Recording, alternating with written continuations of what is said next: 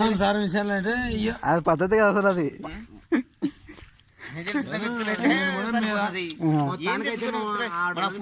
ఇప్పుడు పోయి ఇప్పుడు భోజన కుట్టే ఏమంటారు ఏమంటది అంతేగాని అంతేమన్నా మన తప్పు అంతది చెప్పు. అంతేగాని నువ్వు అట్లా కొంతమంది జనాలు అట్లా ఉన్నారు. అంటే మందికి బానిస అయిపోయింటారు, అంత బానిస అయిపోయింటాం అనేది చేయలేదని. అది బానిస అయినా తెలుసా, పిల్లలు కావాలా కోడలు కావాలా ఆలోచన వాడు మంది బానిస కాడు, ఆలోచన లేని వాడు అవుతాడు.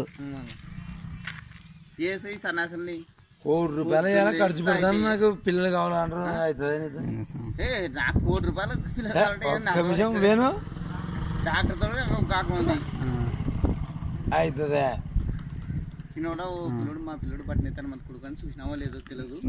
ఏం పేరు చెప్పు? రామంజేలు మా పిల్లని పేరు. అదే స్టోరీలే.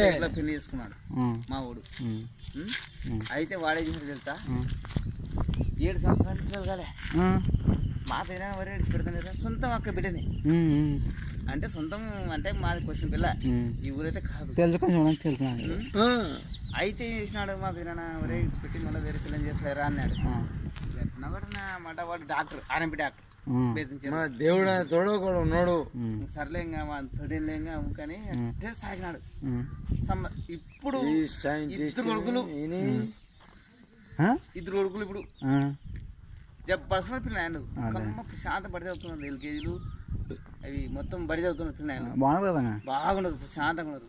అదే ఇడిచిపెట్టింటే అది దేవుడు ఎలా చేయలేం దాన్ని. వాడు ఒక డాక్టర్, పెద్ద పెద్ద డాక్టర్ చూపించుకున్నాడు. చిన్న అంటే 2 లక్షలు లెక్క పెట్టిండు. అది ఈయన ఫాల్ట్ అని చెప్పలేం, అలానే ఫాల్ట్ అని చెప్పలేం ఎవరికి చెప్పినమాట. ఇప్పుడు ఏం చేయమని చెప్తావు? నీలో ఫాల్ట్ ఉందా, ఆయనలో ఫాల్ట్ ఉందా? డాక్టర్ పోతే ఇద్దరిలో ఫాల్ట్ ఉందమ్మా, ఇక పని ఇంత చేసుకుంటుకోరా, కూలీలు తినాలని చెప్పి అన్నారు. సర్లే అన్నాం, మొత్తం అన్ని మొదలు చెక్ చేయించినాం. 1 సంవత్సరానికే పిల్లలు పుట్టినారు.